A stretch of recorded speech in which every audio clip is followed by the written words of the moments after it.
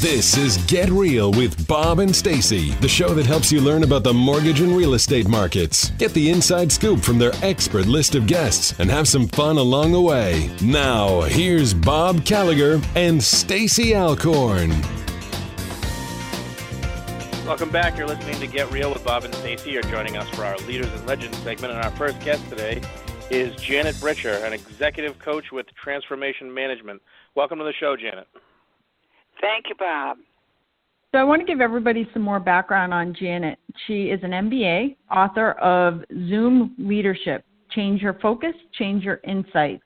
And she is president of Transformation Management and Organizational Transformation and Effectiveness Consultancy. She has extensive leadership and executive coaching, human resources, and organizational consulting experience, as well as serving as adjunct faculty in management at Lesley University and Regis College. She is a coach supervisor for William James College Executive Coaching Program, a coach with the Executive Education Program at the MIT Sloan School of Management, and is a certified coach through the International Coach Federation. So welcome again, Janet. First, I'm going to ask you to tell us a little bit about the book, because I can say, even as a leader in my own business, it seems like focus is the biggest challenge I have. How do people get focus, and why is it so important? Well, good question. And the way that I use focus in the Zoom Leadership Change Your Focus idea is that sometimes we can get focused on something or distracted by something. So it's really a way to think about focus deliberately. So if you're, let's say, too focused on what am I going to do today, then that might keep you from looking at strategy, at some long-term plan. And if you're only focused on a long-term plan, then conversely, you can kind of miss today's appointments. So the idea is to be able to shift focus. And what I found in coaching my clients is that by using this tool, they were able to come up with new approaches, new ideas, new innovation, and importantly, able to access their own expertise and wisdom. Interesting. So do you give your clients any hints on how to figure out like what it is they should be focusing on? Well, usually when I'm working with them, they are focused on something that's either engaging them or frustrating them. So I usually begin wherever they are beginning. And then the idea would be how to optimize what their choices are. So sometimes we can get overwhelmed by having too many ideas. And this approach through the four lenses that I offer, the think, act, feel, and witness lens, that can bring focus. And also sometimes we don't have enough ideas, and then this approach serves as what I like to think of as a search engine inside your own brain. Because when we're stressed, that's when we get distracted and can't come up with good ideas. So if you have a methodical way of reviewing what you already know, then it begins to relax you. And the research nowadays on the neurology of leadership and of thinking reveals that the less stress you have, the more innovative and creative and relaxed you are. So what kind of advice, like one of the big challenges I have in my business is sometimes the things I focus on are not necessarily the things that move my company forward. So one example is I write for the Huffington Post and Entrepreneur magazine. I interview each month 5 to 10 thought leaders, CEOs, business leaders, because I'm just addicted to finding out what they're doing to be better in their business. But what's interesting is I give myself a hard time about it a lot, because I'm like, all right, every hour you spend interviewing and writing these articles, it's not adding to the bottom line of your company. So what would you say for advice on that? Well, I would say using this model, then that you're looking at the time spent on that through what I would call a think lens, the analytic. And you're doing an analysis that says, maybe this doesn't have a financial ROI. But then I might encourage you to look either through the feel lens or the witness. So let's say you look through the feel lens, and then I would ask you, how do you feel when you interview these people? And I have a hint from you saying that you're addicted to finding out what's on their mind. That I have a hint that you enjoy it. But what would you call it if you looked at it close up through the feel lens when you interview people? What experience do you have of that? Oh, I'm excited. I'm passionate about it. That I get paid nothing for it, but it feeds my soul. Oh, okay. So I would say that would be another way of looking at it. So if you look only through the think lens and think financially on the return, then it's not worth it. But if you look through another lens, like the feel lens, it feeds your soul. That even brings us to the fourth one, the witness lens, which is noticing what's deeply purposeful to you, what's deeply meaningful. So if you look through the feel lens or the witness lens, you bring yourself the joy of another perspective and not having to be locked in to the analytical financial return. Is it possible for people to be over-focused on something? Absolutely. So I'm so glad you asked that because it's one of my pet peeves. So let's take the stock market. In the stock market, companies are over-focused on quarterly earnings. And that can mean, for example, that they make short-term decisions that don't yield good returns. If you think of, let's say, any pharmaceutical company, they have to have long-term horizon because it takes so long to be in R&D and to go through an approval process. So you can be over-focused on short-term earnings and really miss the big picture or do it at a cost of shortchanging a longer-term payoff. Wow. Makes sense. All right, that's really interesting. And can you go back? I know you mentioned them briefly, but you said that there's 4 lenses that leaders tend to view all of their situations through. Can you go through those 4 lenses again? Sure. The first one, I like to begin where my clients are, and many times the executives I work with are operating out of that think lens, out of that logic, analytic, and that makes sense because a lot of decisions need to be analytically justified.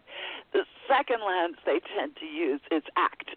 So you pick up the phone, you make a call, you schedule an appointment, you interview a candidate, you take some action. You have a meeting, you partner with an alliance, you have some action. The third lens, the feel lens, I think has gotten more credibility as the research in emotional intelligence reveals that people with strong emotional intelligence actually perform better. They're more successful, they're happier.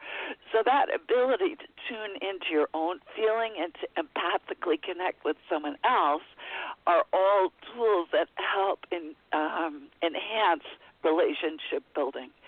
And the fourth lens, witness, is not a word you hear in corporate, but I love it because it encompasses that being present, it encompasses mindfulness, it encompasses objectivity, and it includes that ability. Sometimes you're in a meeting and you get kind of sucked into the drama, and other times you're in a meeting and it's like you're observing from a balcony, and it's that ability to step back. Witness includes that ability. So those are the 4 lenses that I refer to. So would you say that if a leader is frustrated by any particular result in their company, it could be sales, it could be their bottom line profits, would you say that almost any issue within a company comes down to figuring out what they're focusing on? Well, what I would say is if they're frustrated and they're thinking over and over about the same solution that's not working, that reminding themselves to either zoom in or zoom out, so that's another aspect of my model. So to remind themselves either to change lens from feel to act or act to think, changing lens can open up new options, or zooming in closer to the details, or zooming out in a strategic view. That can open things up, because sometimes we get stuck even in past successes, something that worked over and over but is not working today. You might need to bring a new point of view. So if they're frustrated with something, then moving lenses can open themselves up to their own new insights.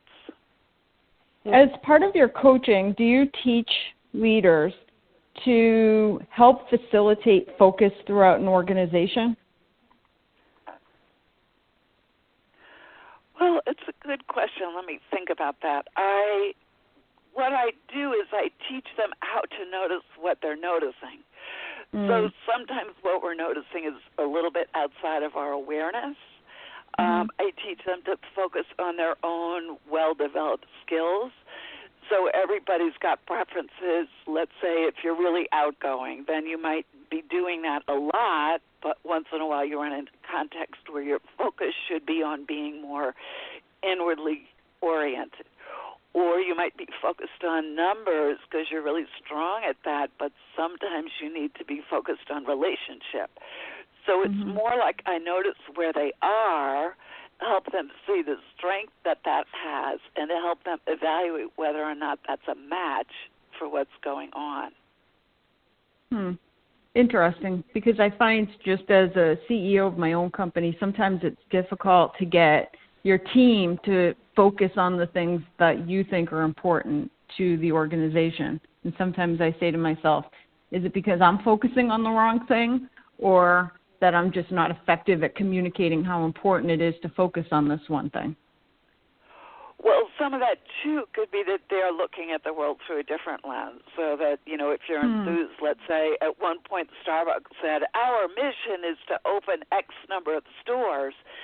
Right. Well, that's not necessarily motivating, but if you are a pharmaceutical and you say our mission is to, eradicate cancer, then that can be really motivating. But even very routine kinds of companies can be motivating places to work at when individuals feel engaged and enrolled. Right. So, okay. I think it's finding out where they're looking at, and then see if you can translate. Because sometimes the idea of lenses isn't so much that you're talking about different information as it is about translating. Interesting. So sometimes I think even telling or showing your team how to shift the lenses is important. So how to evaluate what to focus on and the different lenses that can be used. So that's fascinating.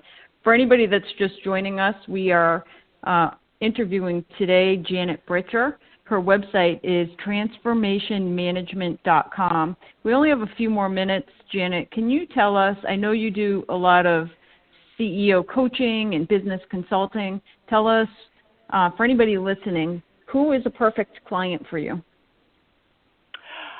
I love working with clients getting promoted, because at every level of promotion, whether it's director to VP or VP to president, there's a surprise that you don't know about. There's new expectations that are kind of invisible until you get into that role. So I love doing that, helping people be really successful in their promotional role. And other situations I really enjoy are companies that are growing and are committed to developing employees in order for them to grow, and also it helps retention. If companies are invested in your career and your success, you're going to stay there even when the employment market gets tough and competitive, because you feel like people are interested and invested in and care about you and your future. So those are great clients for me, companies that want to provide that kind of training but may not have bandwidth themselves to be a mentor all day long. So is your consulting both individual, like C-level coaching, and consulting an entire team as well, either one? Exactly. Yes, I do both. I work individually and I work with teams. Sometimes I'll observe a management team meeting. Sometimes I'll facilitate a board retreat or a strategic planning retreat. Yeah, so I work with teams as well as with individuals. Okay. And the book is Zoom Leadership, Change Your Focus, Change Your Insights. And the best place, Janet, for people to pick up a copy of your book? Amazon. Okay. Amazon.com. Again, Zoom Leadership, Change Your Focus, Change Your Insights. Thank you for joining us for our Leaders and Legends segments. Thank you so Janet. much, Stacy and Bob. Good to talk with you. We're going to take a quick commercial break. We'll be back with more Get Real after this.